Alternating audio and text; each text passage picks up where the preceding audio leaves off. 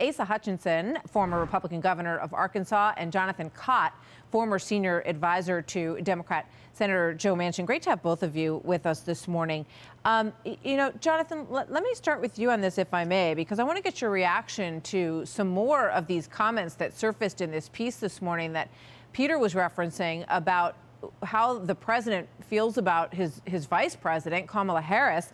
And at least according to this reporting, it says that these former officials say that Biden thinks that Harris couldn't beat Trump if she were the Democrat nominee in 2024, that she, quote, isn't somebody who takes anything off his plate, and that she's too tentative and hesitant when it comes to engaging on major issues. Those are some pretty strong sentiments, Jonathan.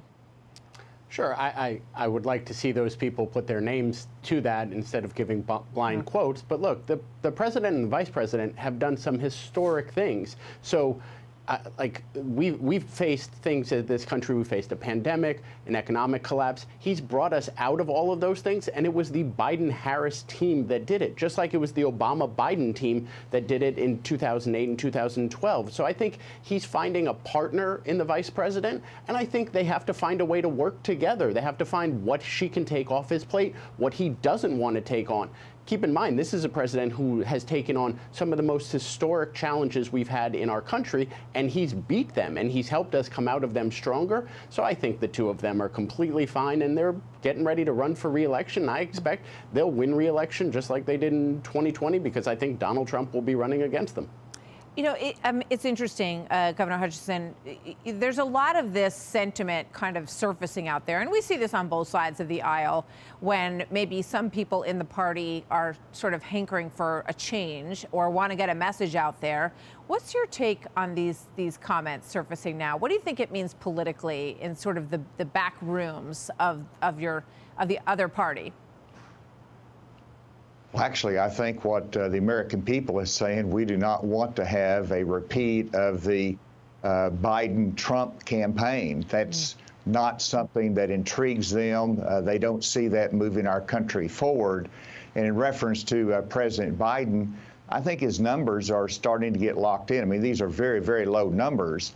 But whenever you talk about the principal problem that Americans face right now is simply the economy and the inflation that is inspired by this administration. Excessive spending has led to high interest rates. So the American consumer and families getting hit by high prices and high interest rates that impact them. And now we see it impacting in terms of our banks.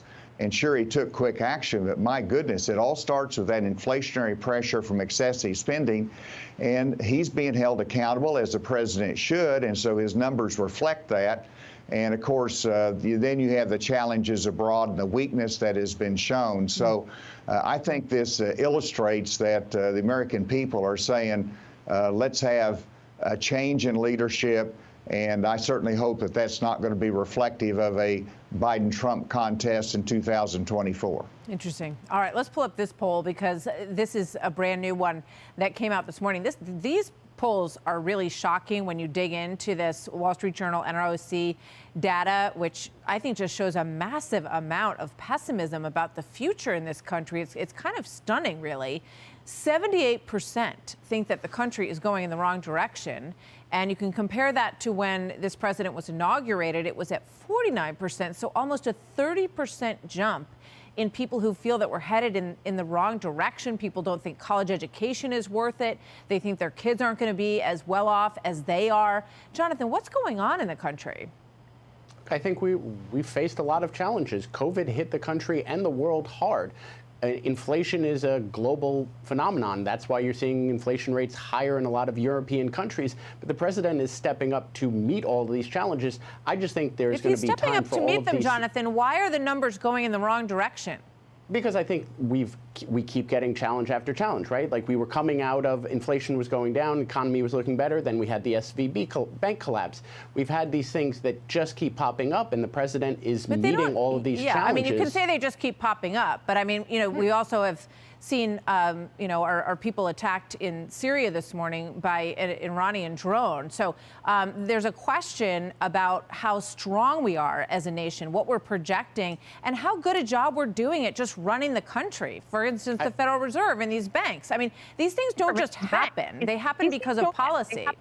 Sure, but I think, look, the president has united the world to defend Ukraine against Russia. That's something he's done, and that's showing our strength around the world. That's showing China that they don't have the ability to, invade Taiwan. That's showing them what will happen if they try doing that. And yes, the Fed should have stepped in. I agree with Elizabeth Warren. The Fed should have stepped in sooner and should have done something on the banks. But as these problems arise, the president steps up to the challenge. All right, let's just get in this one other piece with the two of you, if I may. President Biden, we've seen some bizarre moments that are sort of questionable in terms of the things that come out of his mouth, to be perfectly frank.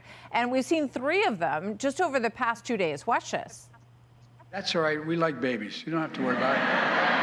It's okay. It's all right. All right.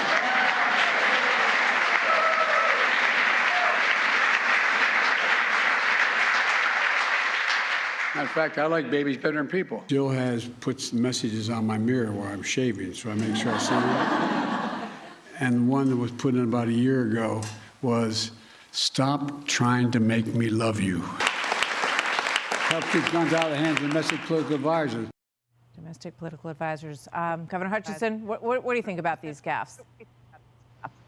Well, I don't know whether they're just bad jokes or misinformation or what, but it obviously is concerning whenever you see a president doesn't articulate as clearly as should be and provides an inspiring message. I mean, we all make mistakes in our speech, but it is important to clearly communicate policy and direction, and we don't see that in this president. And while you can have palace intrigue and while you can have, worry about his ability to communicate, the biggest challenge is the policy, whether it's what's happening in higher education that nobody is happy with, or the concern with the economy, or the concern with weakness abroad.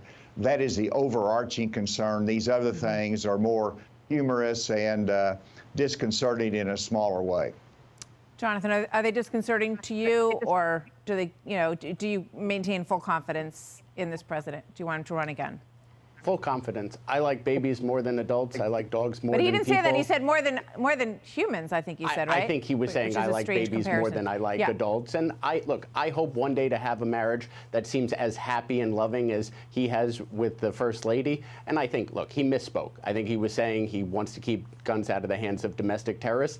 I'd rather have a president that misspeaks on that than a president who doesn't try to stop guns from getting in the hands of domestic terrorists. So look, he misspoke. I think it's fine. I think his record is one that he should be proud to run on, and I'm hoping that he's going to announce later, because I think he's doing a great job being president. He shouldn't focus on campaigning right now, but I think his record is something he can stand on, and I got no problem supporting him for another 4 years. All right. Thank you very much, Jonathan Kott. Good to have you here. Asa Hutchinson, great to have you here as well this morning. Thank you.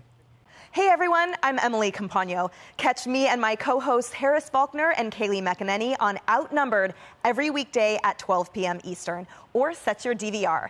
Also, don't forget to subscribe to the Fox News YouTube page for daily highlights.